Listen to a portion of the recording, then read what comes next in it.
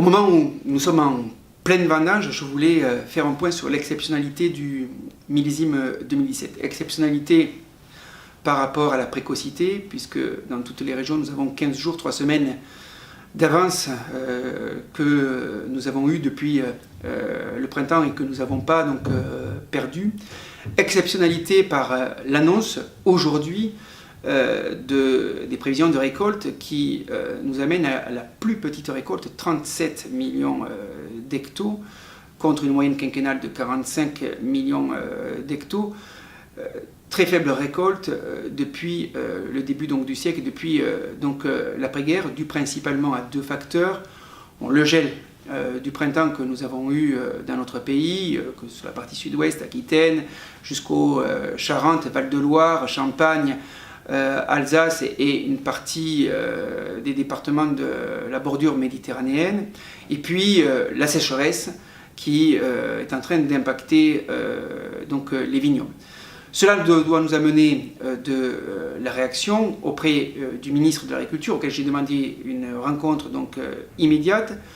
D'abord pour permettre aux viticulteurs d'obtenir des mesures pour faciliter la trésorerie qui va être impactée en 2018. L'exonération de la taxe sur le foncier non bâti, la prise en charge des cotisations sociales, et puis développer notre système assurantiel en essayant d'améliorer 2 points. D'abord, abaisser le seuil de déclenchement de 30% à 20%, que nous demandons à la FNSEA aussi pour l'ensemble des autres secteurs de production, et revoir cette moyenne olympique quinquennale qui n'est pas adaptée au secteur viticole.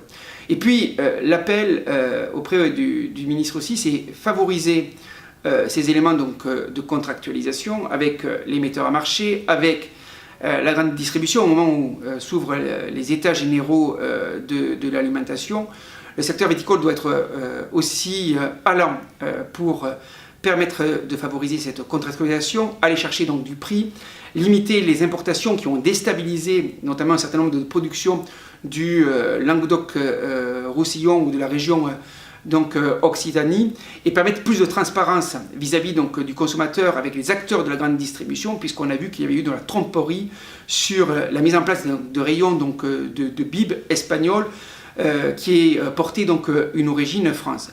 C'est toutes ces actions-là que nous allons porter auprès du ministre. Nous attendons des réponses. La FNSEA, avec Jeunes Agriculteurs, sera très mobilisée pour ne laisser personne au bord de la route. Nous vivons un épisode climatique exceptionnel qu'on n'avait jamais connu de cette ampleur au niveau de la viticulture, et nous avons un devoir de pouvoir vous apporter des réponses. C'est ce que je vais faire avec l'ensemble de l'équipe de la FNSEA pour essayer de pouvoir apporter des réponses satisfaisantes aux difficultés que nous rencontrons par rapport à la baisse de la production, avec une note optimiste dans ce contexte-là. C'est que qualitativement, c'est exceptionnel aussi, puisque nous avons une récolte de qualité où nous n'avons pas de pression sur le plan sanitaire, et que les premiers raisins rentrés en cuve et les premières vinifications nous promettent un millésime 2017 exceptionnel.